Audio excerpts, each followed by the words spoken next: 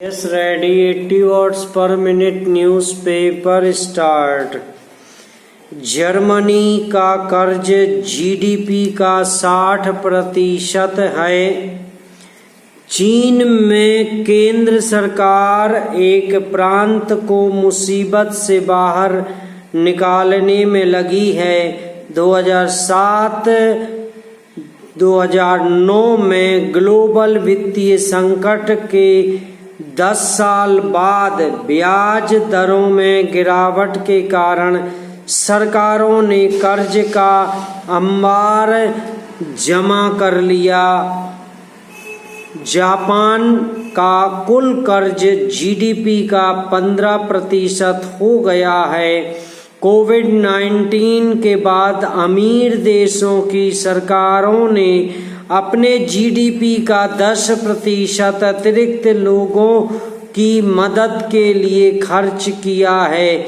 Europe में ऊर्जा संकट के कारण सरकारों को अपना खजाना खोलना पड़ा है। किसी को बढ़ते कर्ज की चिंता नहीं थी। अब कम ब्याज दरों का सामना बीत गया है। फेडरल रिजर्व ने इस सप्ताह दरें फिर बढ़ाई हैं। अमेरिका को इस साल कर्ज के ब्याज पर अधिक खर्च करना पड़ेगा। यह इस सदी में पहले कभी इतना नहीं था। जापान भी अब सुरक्षित नहीं है।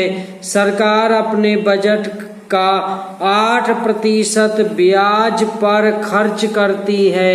आबादी के बुजुर्ग होने का मतलब है कि दशक के अंत में अमीर देशों का सालाना स्वास्थ्य सेवाओं और पेंशन पर खर्च जीडीपी का 3% तक बढ़ जाएगा। चीन सहित उभरते देशों में यह 2% है। वहीं कार्बन उत्सर्जन कम करने के लिए दुनिया को ग्रीन टेक्नोलॉजी पर तेजी से खर्च करने की जरूरत है। दुनिया की आर्थिक तस्वीर अच्छी नहीं है। अमेरिका के इन्फ्लेशन डिडक्शन एक्ट पर नजर डालिए। इसका उद्देश्य घाटा कम करना है। ग्रीन टैक्स छूट पर 10 साल में 31 लाख करोड़ रुपए खर्च करने का अनुमान था। दूसरी ओर गोल्डमैन सॉक्स का कहना है यह 98 लाख करोड़ रुपए तक पहुंच जाएगा। अस्थायी टैक्स छूट को जोड़ें तो बजट घाटा जीडीपी का 7% तक होगा। अगर ब्याज दरें ज्यादा रहीं तो सरकारों के सार्वजनिक कर्ज को मैनेज करना संभव नहीं होगा। कर्ज बढ़ने से सरकारों की संकट से निपटने की क्षमता प्रभावित होती है। आबादी के बुजुर्ग होने से पेंशन जैसे खर्च बढ़ेंगे। सैनिक और ग्रीन टेक्नोलॉजी पर खर्च भी जरूरी है। इससे टैक्स में बढ़ोतरी टालना संभव नहीं होगा।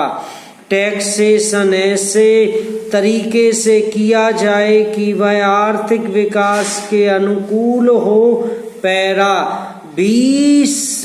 पिछले 20 वर्ष में ब्रिटेन की राजधानी लंदन में रूसी कुबेरों ने इतना अधिक टैक्स लगाया कि उसे लंदन प्राद कहा जाने लगा था। पिछले वर्ष यूक्रेन पर रूसी हमले के बाद राष्ट्रपति व्लादिमीर पुतिन के समर्थक 48 रूसी कुबेरों पर पश्चिमी देशों ने प्रतिबंध लगा दिया। पुतिन के सहयोगियों की अपार संपदा की समस्या को एक बार फिर सामने रखा है। पैरा इकोनॉमिस्ट मैगजीन के क्रोमी कैपिटलिज्म इंडेक्स के अनुसार पिछले 25 साल में क्रोनी कैपिटलिस्ट की संपत्ति 25 लाख करोड़ रुपए से बढ़कर 245 लाख करोड़ रुपए हो गई। लगभग 65% बढ़ोतरी अमेरिका, चीन, भारत और रूस में हुई है।